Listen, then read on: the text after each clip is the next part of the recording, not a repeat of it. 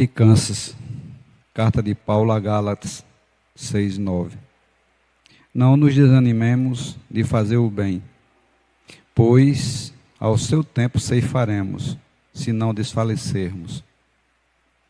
Comentário de Emmanuel. Quando o buril começou a ferir o bloco de mármore embrutecido, a pedra, em desespero, clamou contra o próprio destino. Mas depois de se aperceber admirada, encarnando uma das mais belas concepções artísticas do mundo, louvou o cinzel que o dilacerara. A largata arrastava-se com extrema dificuldade, e vendo as flores, tocadas de beleza e perfume, revoltava-se contra o corpo disforme. Contudo, um dia, a massa viscosa em que se amargurava converteu-se nas asas de graciosa e ágil borboleta. E então enalteceu o feio corpo com que a natureza lhe preparava o voo feliz. O ferro rubro, colocado na bigorna, espantou-se e sofreu inconformável. Todavia, quando se viu desempenhando importantes funções nas máquinas do progresso, sorriu reconhecidamente para o fogo que o purificara e engrandecera. A semente lançada à cova escura chorou, atormentada, e indagou por que motivo era confiada assim ao extremo abandono. Entretanto, em se vendo transformado em arbusto, avançou para o sol e fez-se árvore respeitada e generosa, abençoando a terra que a isolara no seu seio. Não te canses de fazer o bem. Quem hoje te não compreende a boa vontade, amanhã te louvará o devotamento e o esforço. Jamais te desespere e auxilia sempre. A perseverança é a base da vitória. Não ouvides que ceifarás, mais tarde, em tua lavoura de amor e luz, mas só alcançarás a divina colheita se caminhares para adiante, entre o suor e a confiança, sem nunca desfaleceres. Então, com a palavra, nosso irmão Fabiano do Egito, comodamente, vai ficar em pé, ó. Pronto, ele vai falar, ele quer falar na tribuna?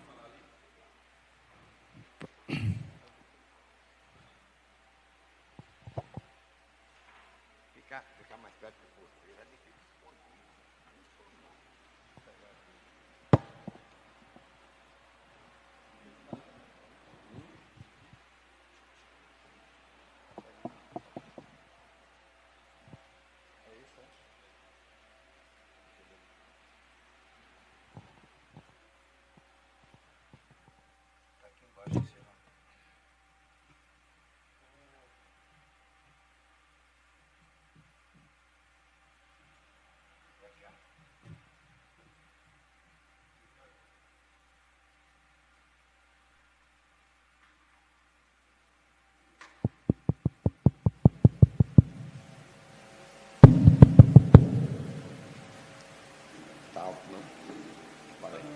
Na hora eu controlo. Veja a distância se está bom. Aqui. Tá bom? Nessa distância, tá bom? Tá bom.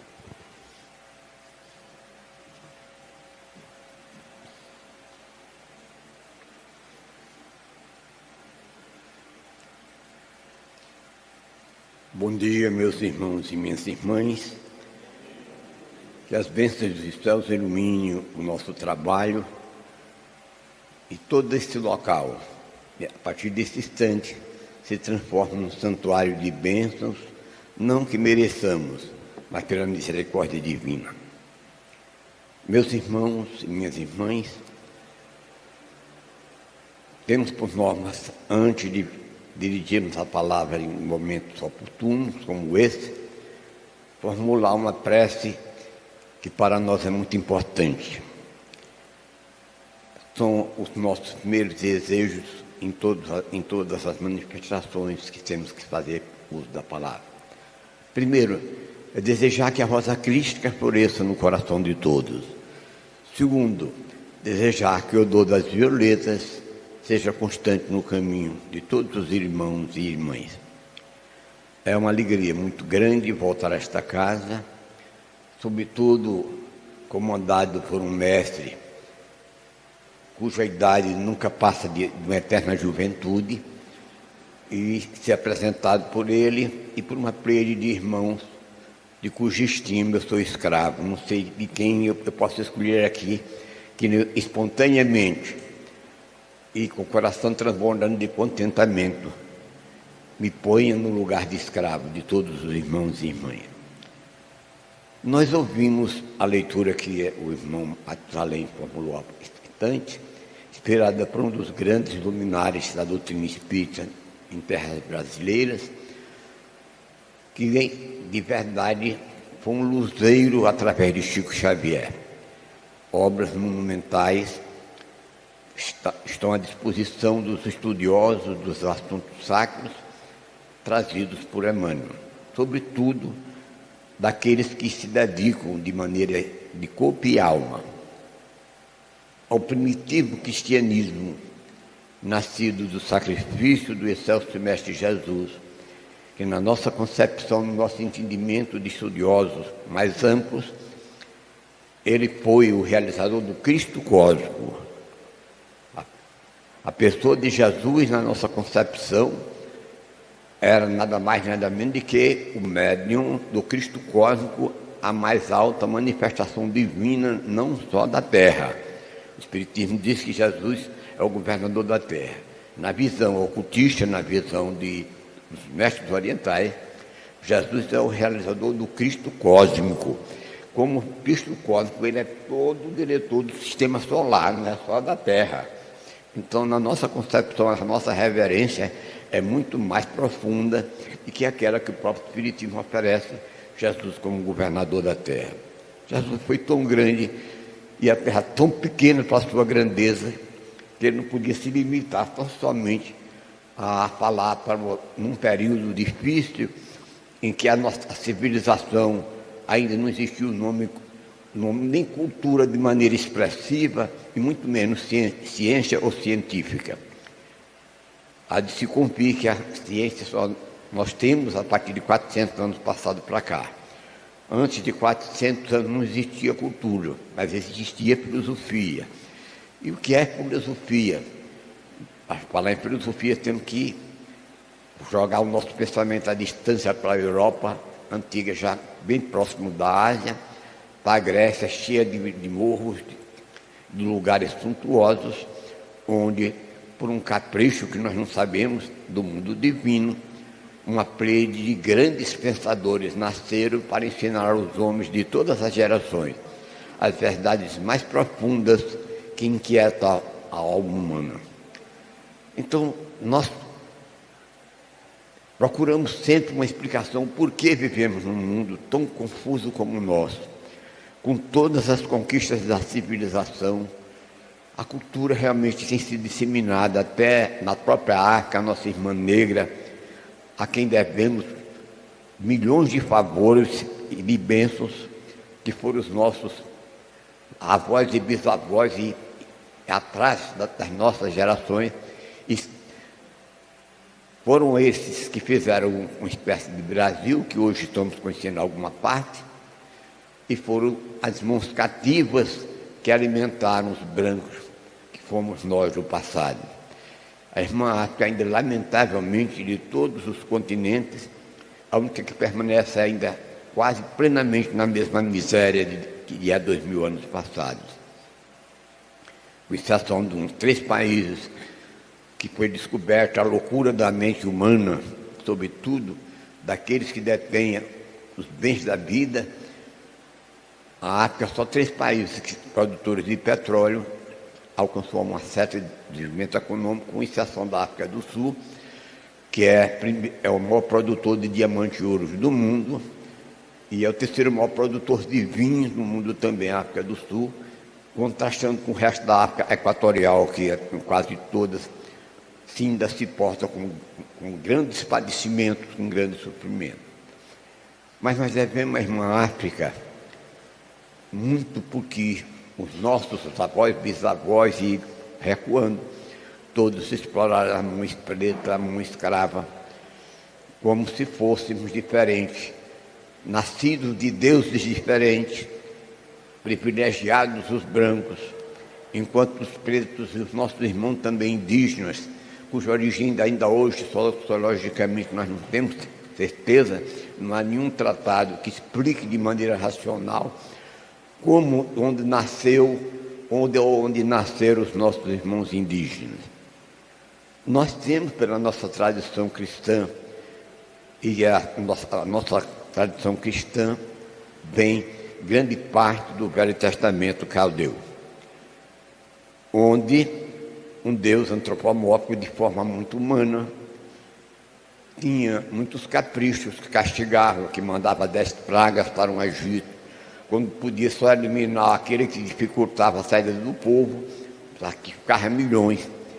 E um ritual realmente, até certo modo, a despeito de tanta veneração de mais de 2 bilhões de pessoas que leem praticamente a Bíblia quase diariamente, o Velho Testamento, que foi quem de verdade formulou a nossa cultura chamada ocidental cristã, é um relato de violência da primeira página ao fim.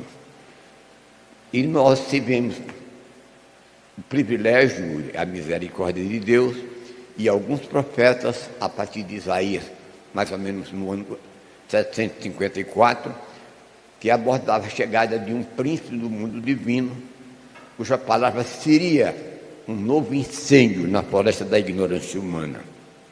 Jesus, aquele a quem chamamos realizador do Cristo cósmico. A mensagem cristã dispensa adjetivos para quem tem um pouco de bom senso. Líderes extraordinários de várias outras culturas religiosas, lendo os evangelhos de Jesus, que é o básico para nossas ansiedades, descobre nele um manancial de informações preciosas que pode nos transformar de pigmeus que somos agora, em super-homens, não pela arrogância da força bruta, mas pela sabedoria e pela bondade, e sobretudo pelo amor. Quando encontramos um grupo como o nosso, do além, onde um grupo de pessoas se reúne para tentar a dor do seu próximo, o que essa casa faz de maneira tão atuante e tão forte, e com relativo sucesso, porque usamos a expressão pleno sucesso, porque a nossa fragilidade é tão grande que nós não temos ainda condições de fazer aqueles pequenos milagres que gostaríamos de realizar na pessoa dos angustiados e sofredores que fazem conosco uma comunidade de criaturas inquietas e inseguras com respeito ao amanhã.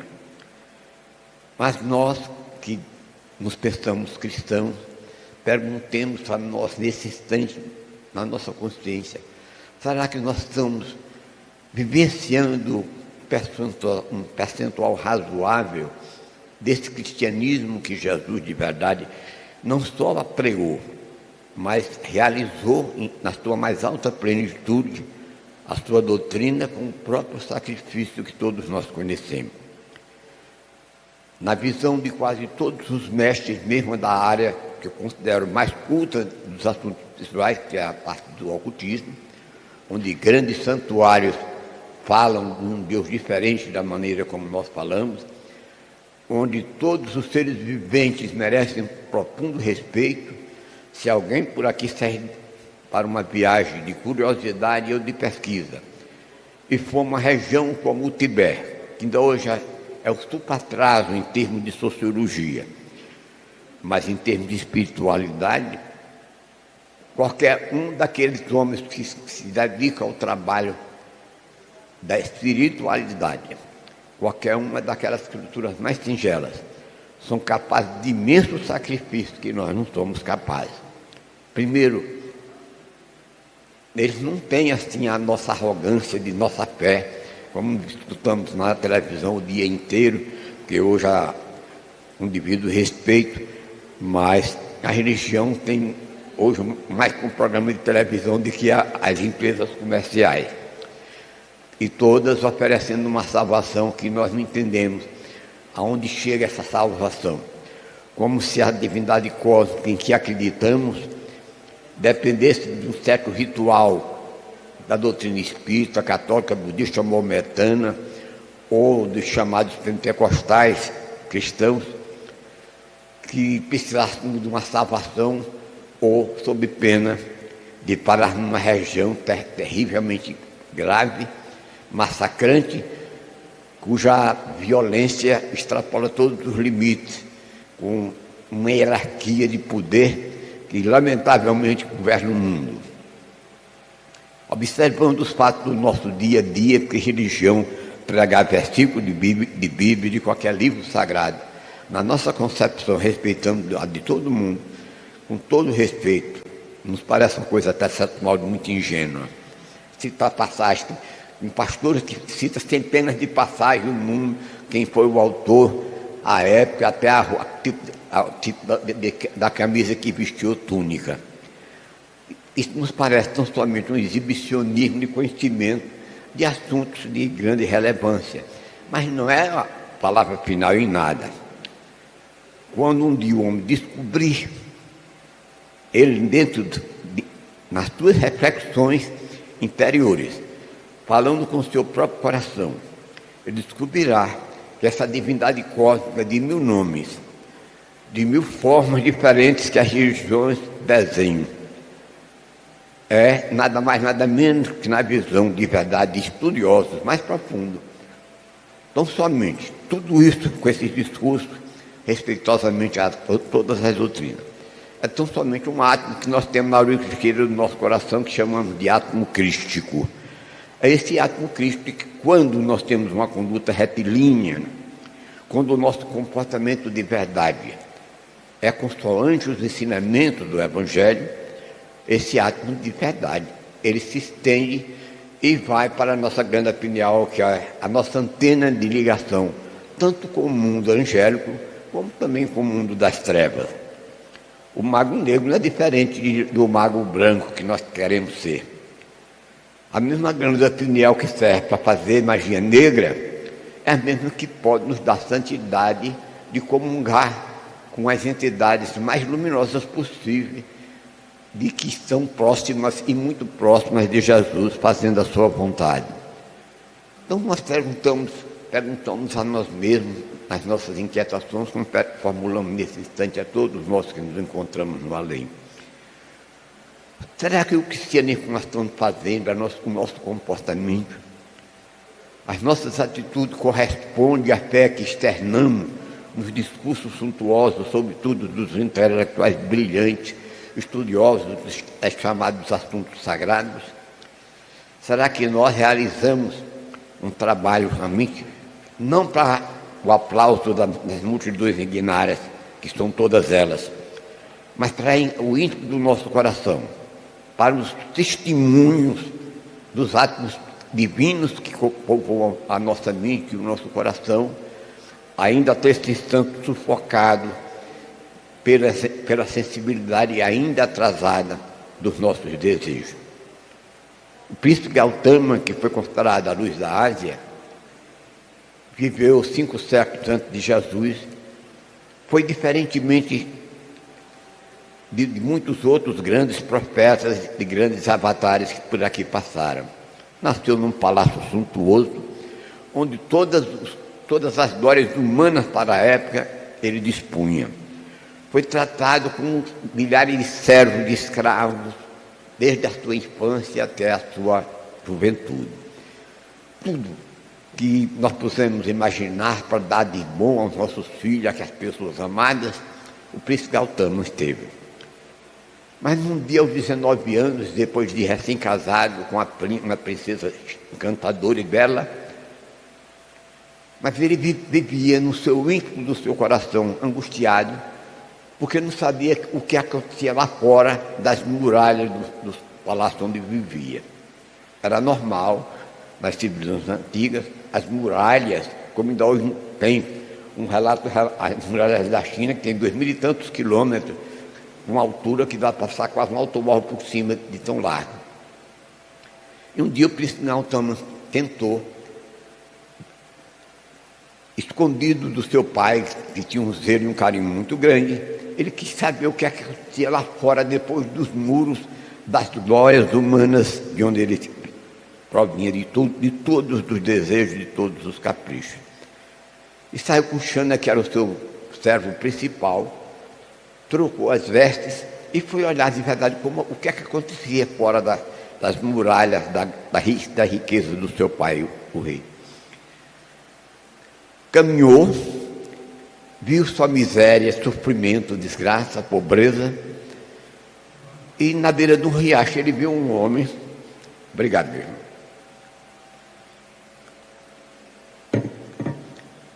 Ele viu um corpo de um homem já velho, sendo posto numa pira de cedro, que é da tradição indiana. As pessoas mais fechadas por alguma riqueza mandam cortar um sândalo, que é uma árvore profundamente perfumada, e faz uma fogueira e queimar o defunto ali. E o príncipe Gautama viu um homem sendo queimado, não um tronco de sândalo, que era privilégio dos que tinham recursos, mas de alguém muito pobre, em torno da margem de um rio, sendo queimado. E ele começou a olhar aquilo, ele que não sabia que até aquele instante existia morte, velhice e tanta miséria. Ele passou o dia todo observando o que a vida dele, até os 19 anos, e a vida daquelas pessoas que não tinham nascido afortunadas, né, num palácio suntuoso e cheio de riquezas e de glória. Seu coração profundamente sensível, sentiu lá no íntimo uma inquietação muito grande, não transferiu aos seus pais as suas preocupações, mas ficou procurando uma maneira de um dia poder chegar lá, distante das glórias de seu palácio, e descobrir alguma coisa de mais importante para a sua vida, e que ele pudesse transferir para outrem, para o seu próximo, aquele que ele pudesse aprender. Então ele foi para uma floresta não muito distante, chamada, na região que ainda hoje é uma cidade de Benares, dentro de uma floresta, sem pedir favor de ninguém, com as vestes de Xana, que era seu servo, ficou debaixo de uma árvore que era chamada Bó, e ficou a meditar, sem saber o que é que queria. Mas ele queria uma coisa que ao menos ele havia escutado muito pelos seus mestres, que ensinava a linguagem mais escorrida, mais brilhante. Ele queria saber alguma coisa mais de que aquilo que ele tinha sido educado até os 19 anos. Então, na sua mente, segundo os discursos bramânicos que ele havia escutado dos seus mestres, o homem, quando chegasse a um alto grau de espiritualização, de grandeza realmente chamada transcendental, como dizia o Spencer, ele se iluminava. Então, a busca dele foi pela iluminação espiritual de sua mente.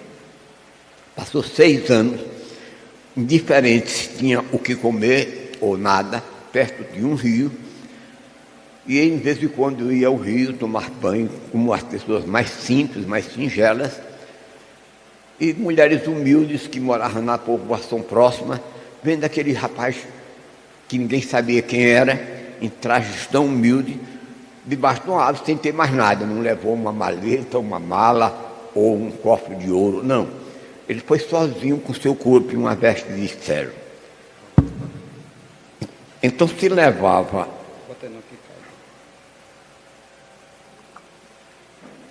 Botando aqui no calhão. Então deixa eu. Ele ficou 6 anos a meditar. O porquê de várias e várias vezes ele caiu de fome, uma vez foi tomar um banho, as mulheres socorreram porque ele não tinha forças para sair por falta de alimento. Depois de 6 anos, ele conseguiu, numa linguagem diferente da nossa, de cristão, aquilo que ele chamou de iluminação. A iluminação para o príncipe Gautama era um estágio da sua mente e do seu coração, em que em tudo no mundo ele via beleza. todos os seres vivos da natureza, para ele, depois desse instante chamado iluminativo, ele passou a ter um profundo respeito. E ainda hoje, em pleno século XXI, em qualquer mosteiro tibetano, ninguém come nada de origem animal. A única coisa, como é uma região muito fria, porque é no Himalaia, e a região mais fria do nosso planeta, fora os dois extremos,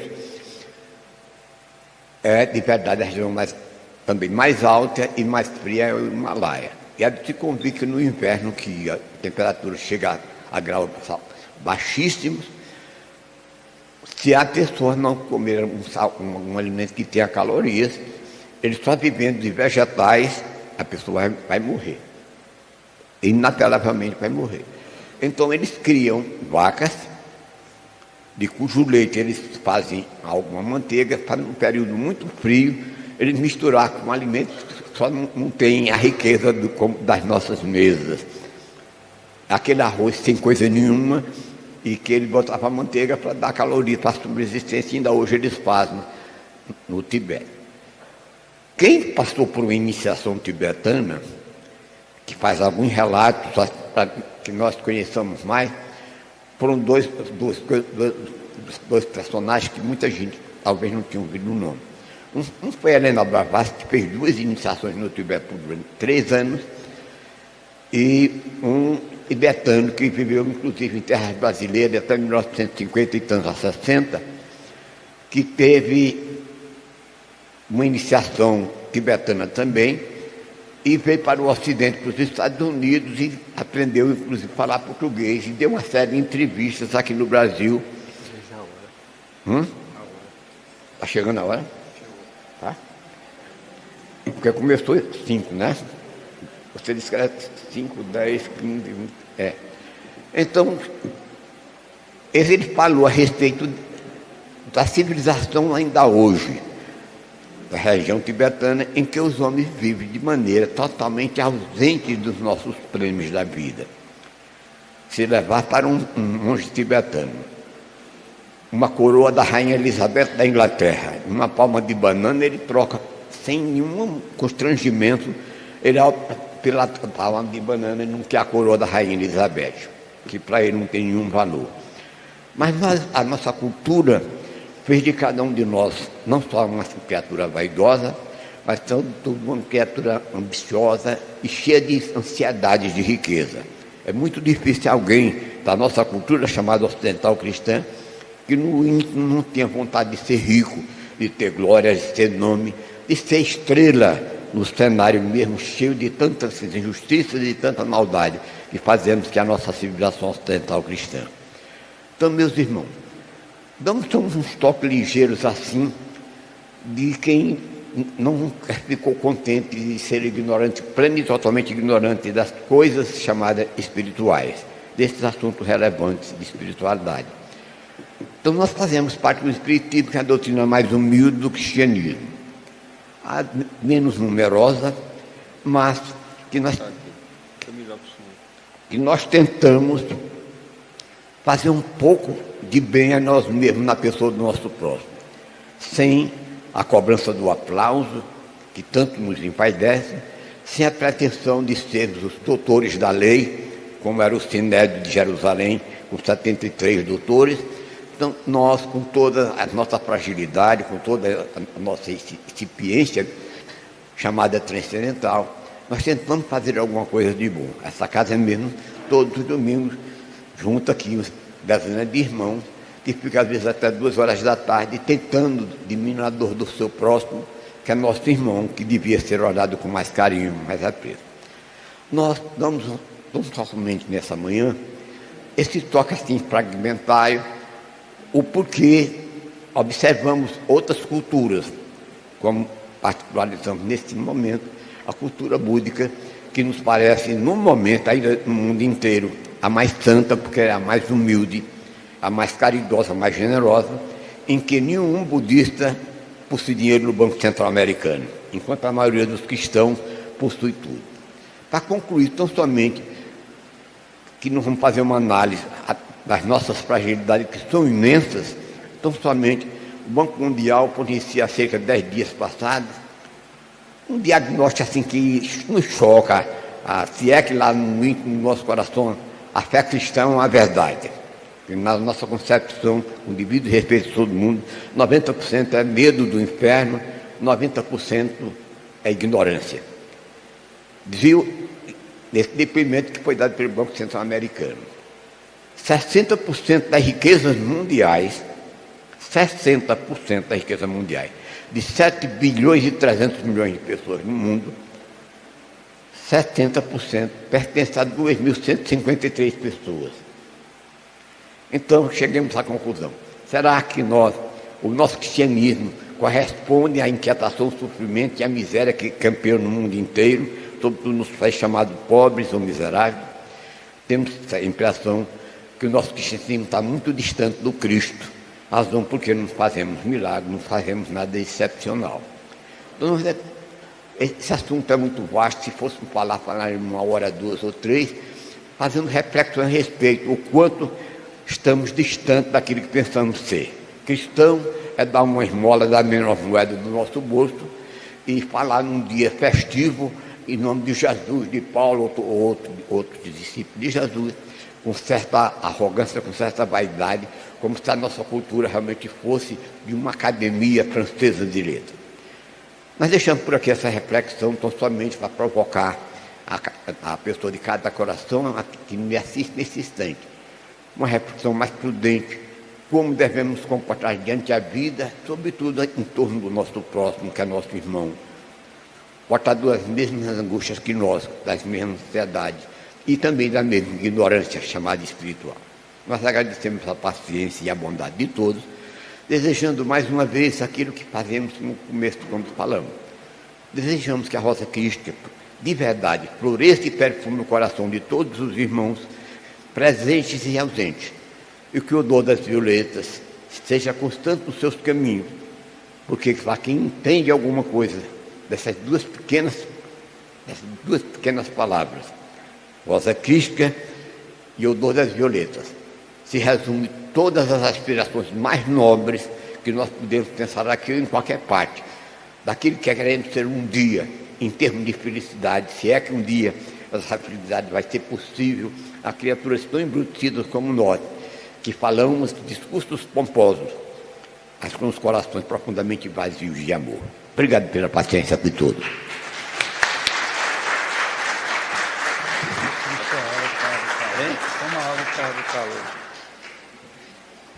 Peço permissão à família, né, Fabiano, para dizer uma palavra, né?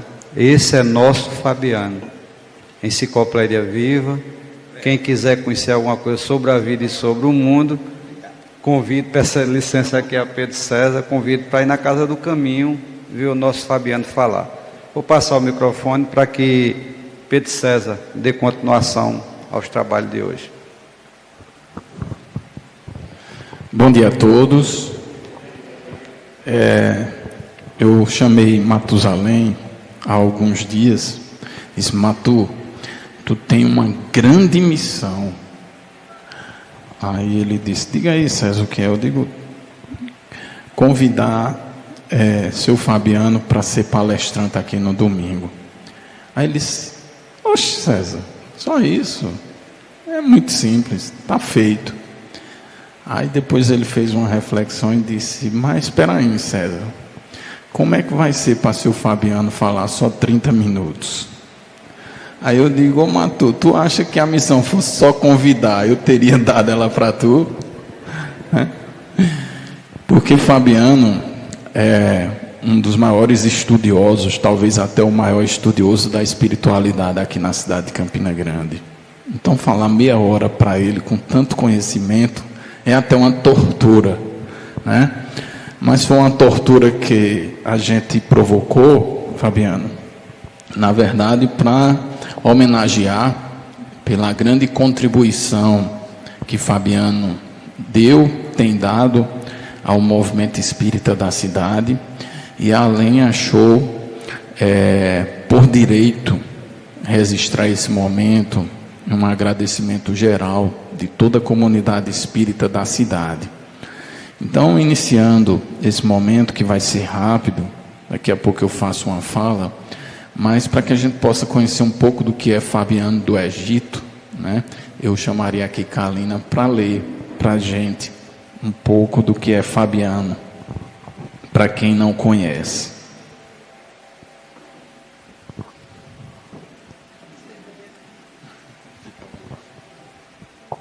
Bom dia a todos.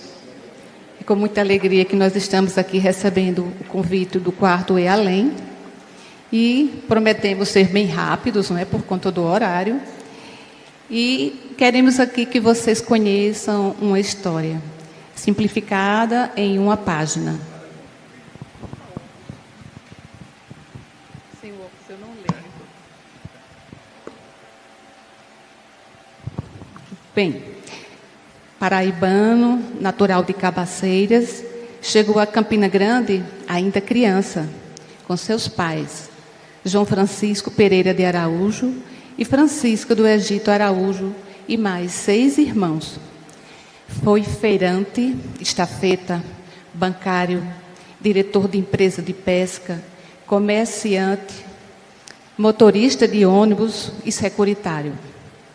É um autodidata, como vocês presenciaram. Um eterno aprendiz, agora dos anos 90, com uma visão ampla de assuntos metafísicos que abordam o destino do homem, esse eterno aprendiz. As grandes e pequenas religiões, afora as escolas iniciáticas, têm merecido sua dedicação e estudo, concomitante ao pensamento de eminentes filósofos de todos os continentes. Adentrar a maçonaria, foi grau 33, grão-mestre, e foi mestre também da Ordem Rosa Cruz, aqui em Campina Grande. Encantou-se desde jovem com os livros, e até hoje é um grande buscador de respostas que intrigam o ser humano. Conhecedor de personalidades marcantes, como Santo Agostinho, Helena Blavatsky, Irmã Dulce, Huberto Holder, Pitágoras, Sócrates, Schopenhauer, Mahatma Gandhi e inúmeros outros pensadores e benfeitores da humanidade. Mas foi a figura incomparável de Jesus de Nazaré que tocou seu coração definitivamente. Reconheceu o cristianismo puro, primitivo, na mensagem kardeciana, nas obras da codificação, revelando a fé raciocinada, libertando-nos das trevas da ignorância. A Casa do Caminho foi seu grande sonho. Foi e é o seu sustentáculo e exercício de amor, servindo a todos ao longo dos anos. Palestrante, também passista, doador da energia amorosa, sentimento preponderante de sua essência. Iniciou a Feirinha do Amor na Manuel Pereira de Araújo, evangelizando mães em situação de vulnerabilidade, esquecidas por todos. Daí, seu coração foi tocado profundamente, levando a buscar recursos no Rio de Janeiro através da CAPEM. Passados 49 anos, o trabalho continua na sede atual da instituição, que foi edificada com a ajuda de generosos amigos que acreditaram na sua força do seu verbo e no ideal de servir. Anos e anos se passaram ao lado da sua estimada esposa Tarsila, e hoje os seus 4 filhos auxiliam no trabalho da instituição, além de abnegados companheiros e irmãos que se dedicam amorosamente na seara do Cristo. Por seu exemplo firme e marcante, pleno de experiência de fé, Fabiano do Egito, esse incansável trabalhador, é baluarte do espiritismo na cidade. Sempre nos diz que a crença sem vivência espiritual é utopia. Quanto ao amor, um dia será a grande verdade, sem rótulos, nos ligando definitivamente ao maior mandamento: amai-vos uns aos outros como eu vos amei. Por tudo que temos recebido em preciosas lições, em uma palavra, queremos aqui registrar o nosso amor, a nossa reverência e a nossa gratidão. E eu peço agora uma salva de palmas para Fabiano do Egito.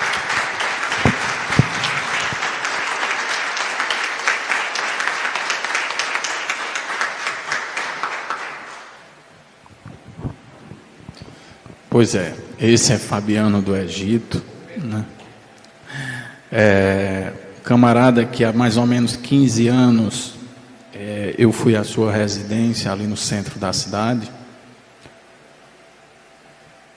pedi permissão para coordenar um grupo mediúnico que culminou com um trabalho de desobsessão, que passei 4 anos lá fazendo um trabalho e nunca soube quem era o coordenador desse trabalho na espiritualidade, né?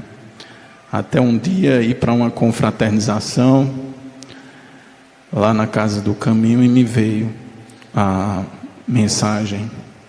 Quem coordenava era o coordenador, que hoje é o coordenador da Além, Jaime Coelho, que gostaria de deixar registrado a Fabiano um abraço do amigo.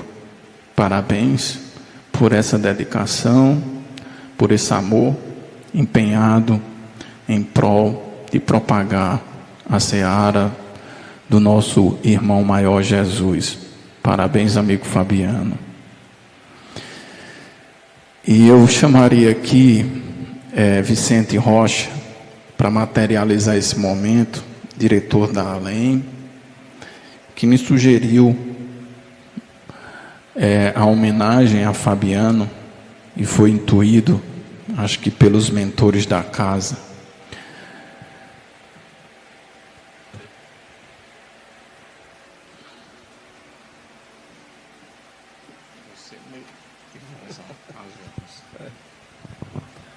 Já foi tudo tão falado, tudo tão bem dito por Kalina, seu Fabiano que antecipou, Matusalém anteriormente, nosso querido irmão Pedro, que aí não nos resta falar mais nada a não ser entregar e abraçar.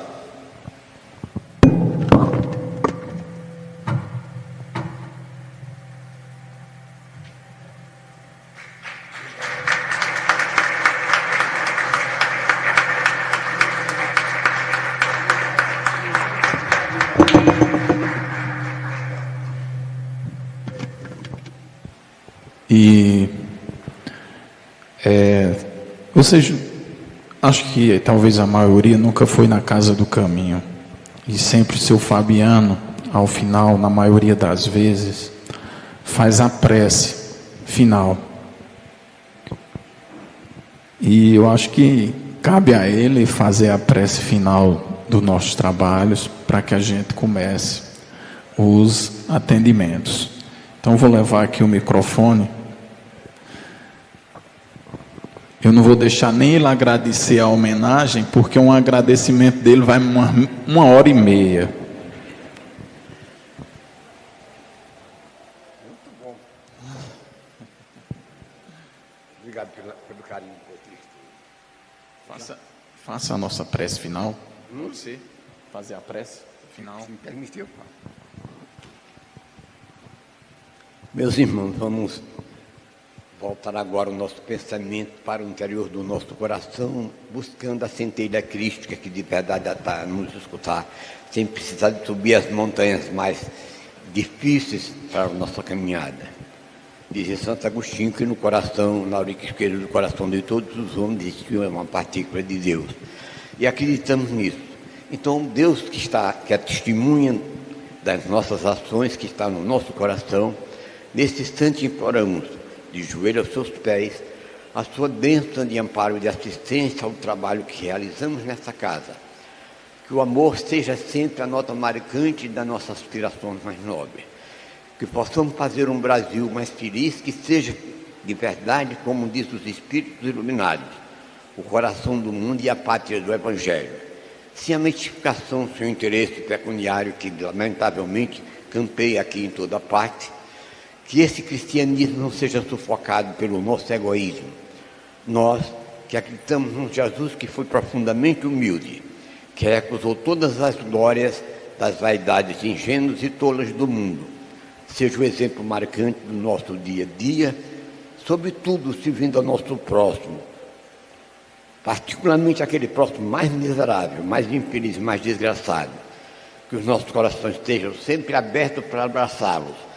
E nesse abraço, transmitamos em toda intensidade o amor crístico que está dormindo no coração de quase todos nós, pela falta de bondade, pela falta de compreensão mais nítida e mais clara. E que somente o amor, o resto é a literatura para 1000 intelectuais do mundo, mas somente o amor pode nos contactar já a partir desse instante, com a divindade cósmica que nós procuramos por cima dos montes e das nuvens, mas que jamais ela esteve ausente do nosso coração só um instante. Esse Deus interno que habita em nós, cresça, floresça em plenitude, e a nossa vida seja um eterno perfume pelos caminhos da vida, deixando a nossa marca de amor no coração de todas as criaturas que encontremos, fazendo de cada um ser, sobretudo os mais desgraçados, os menos infelizes e, sobretudo, se possível, com um pouco de felicidade, com um pouco de sonho de uma manhã, de um horizonte cheio de alegria e de contentamento. Obrigado, meu Deus, por esse momento que a tua misericórdia está nos concedendo. Santifica essa casa e transforma todos os seus operários em de verdade, em apóstolos do teu bem, o amor que exemplificaste no madeiro ignominoso, para gáudio das vaidades ingênuas e todas que se pensavam doutores da lei, das leis sublimes emanadas do supremo poder criador de todo o universo. Obrigado pela paciência de todos, e que a paz, aquela paz que Jesus nos doou de maneira tão sacrificial, seja constante nos nossos corações, extensiva aos nossos familiares e particularmente nesse instante para o Brasil inteiro, que vive constantemente de inquietações que nós não entendemos. Obrigado por tudo, que Jesus continue na nossa companhia, com nosso agradecimento aos que fazem essa instituição tão carinhosa e tão voltada ao bem, sobretudo na pessoa do irmão Pedro, que é nosso professor constantemente, de quem aprendemos alguma coisa e conseguimos transmitir aos poucos, e tem a paciência de nos ouvir. Obrigado por tudo e que Jesus continue na nossa companhia. Que assim seja.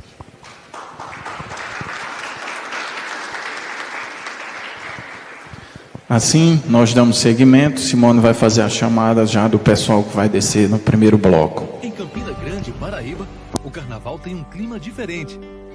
O tom é de paz. E o som é o que vem da alma.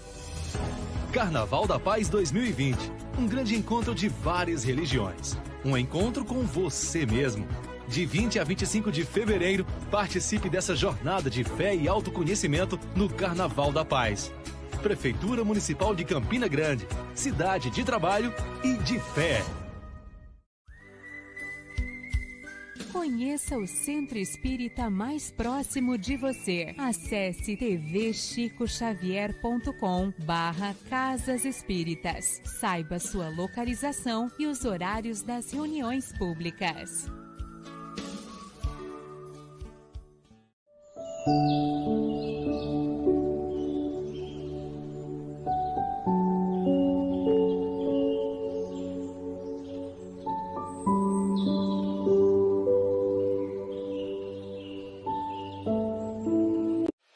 Em Campina Grande, Paraíba, o carnaval tem um clima diferente.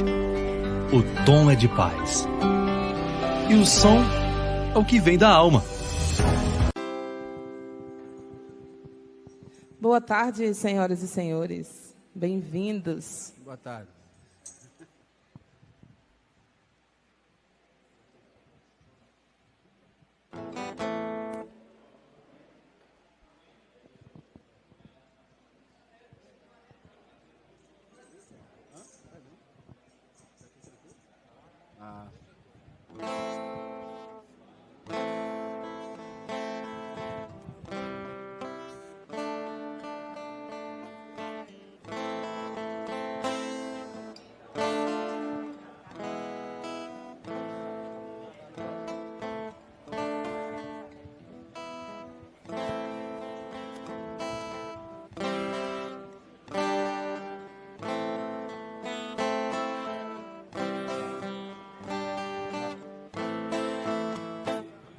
Senhor, fazei instrumento de vossa paz. Onde houver ódio, que eu leve o amor. Onde houver ofensas, que eu leve o perdão. Onde houver discórdias, que eu leve a união. Onde houver dúvidas, que eu leve a fé.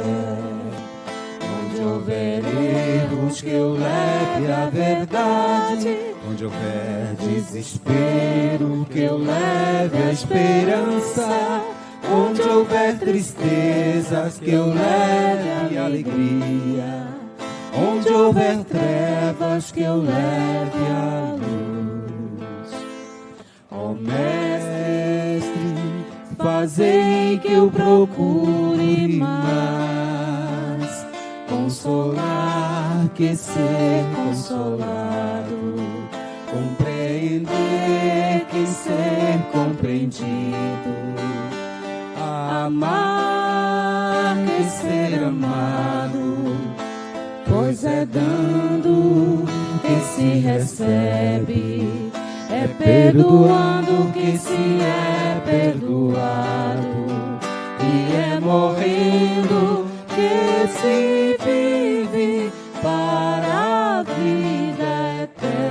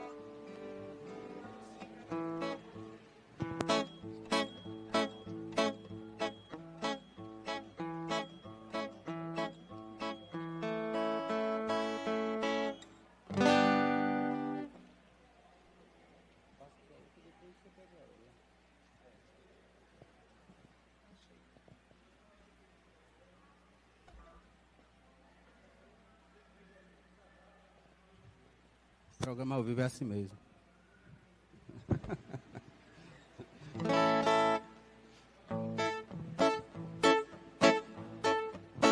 Eu vou seguir uma luz lá no alto, eu vou ouvir uma voz que me chama, eu vou subir a montanha e ficar bem mais perto de Deus e rezar.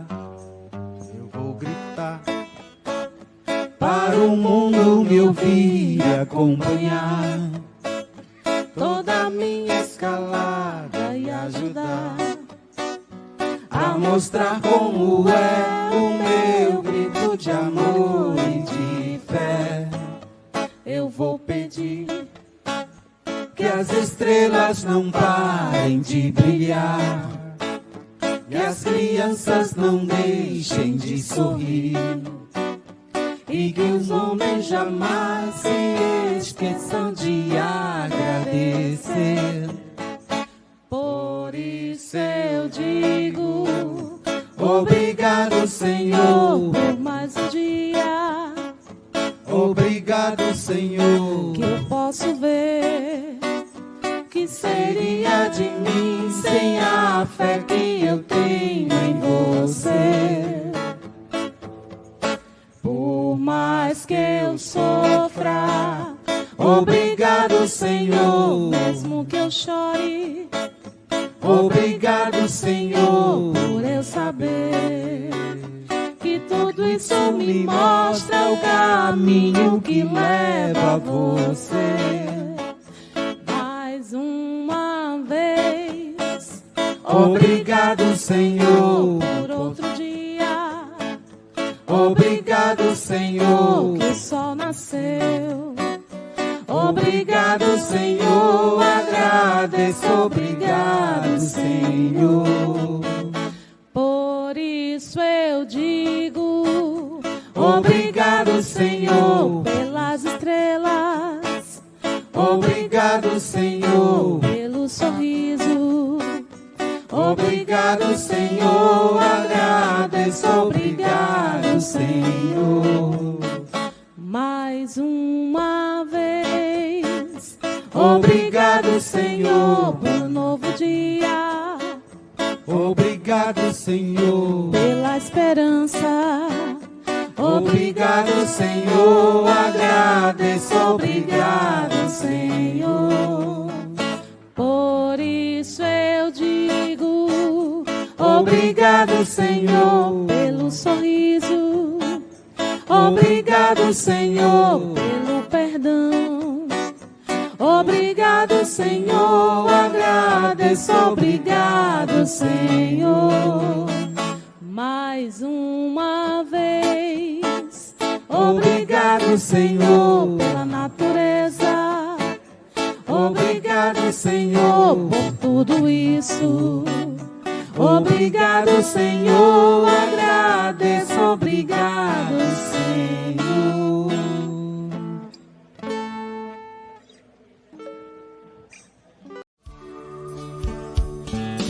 Pense sempre em vencer, procure se ajudar. Levante-se desta cadeira com a fé verdadeira e diga: eu vou melhorar. Conheça o Centro Espírita mais próximo de você. Acesse tvchicoxavier.com/Casas Espíritas. Saiba sua localização e os horários das reuniões públicas.